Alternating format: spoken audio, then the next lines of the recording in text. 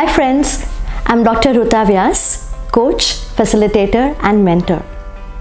So yesterday I was in this coaching session with a lady who manages a team, and here's what I heard. I haven't taken a break in 6 months. I just don't have the time. I am so tired. And she said this as she was munching on a really oily cheese sandwich.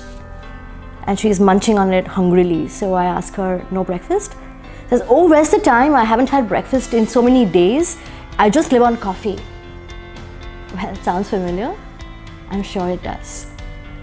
Friends, all of us are victims to this breakneck speed in the world where all we're doing is run from pillar to post. And in all of this, time, our most scarce resource, is slipping through our fingers. And we utilize it to meet what we see as perceived threats in the current moment, deadlines, targets, all the time neglecting what is certain damage. And so friends, I remind myself and my training groups over and over again that friends, let's make time for health, else we will have to make time for sickness. And when I say health, it's not just physical health, it's also our mental health, our emotional health. Let's make time for health. As a manager, it could be about developing your management skills. It could be about reading, develop strategic thinking, having team meetings, having a meaningful coaching conversation, having an intimate discussion with a team member on what's bothering them, even just having fun and going out for dinner and lunch with your team members.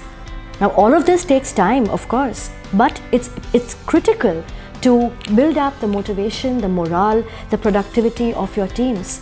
Spending time on developmental activities, reading, training activities keeps your teams effective, productive, and they get them to work better.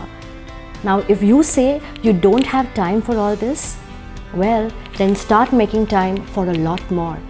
Because spending your time on health, on team health, is not only a good thing to do, I would say it's a part of your job as a manager. And if you're not doing that in good times, be prepared for some bad times. Because you'll soon be face to face with performance issues, low motivation, people not coming to work, absenteeism, and worst of all, attrition. Then please start budgeting long discussions with your team members to bring up motivation for a demotivated employee. Please start budgeting time for difficult negotiations with management on retaining an employee who wants to go. Please start making time for difficult and very, very expensive motivational talks for your people. Friends, we are spending time anyway. So why not spend time when times are good? Why not spend time when you're in a good mood?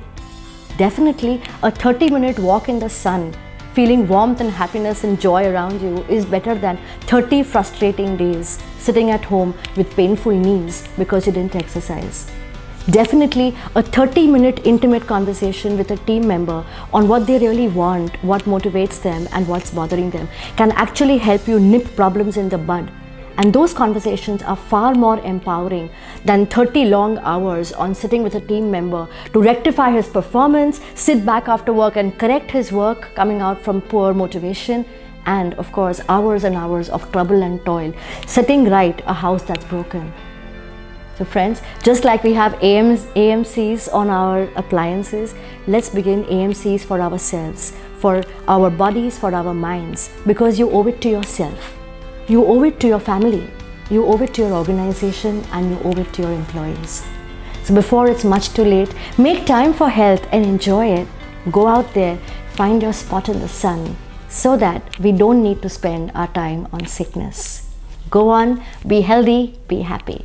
Bye-bye.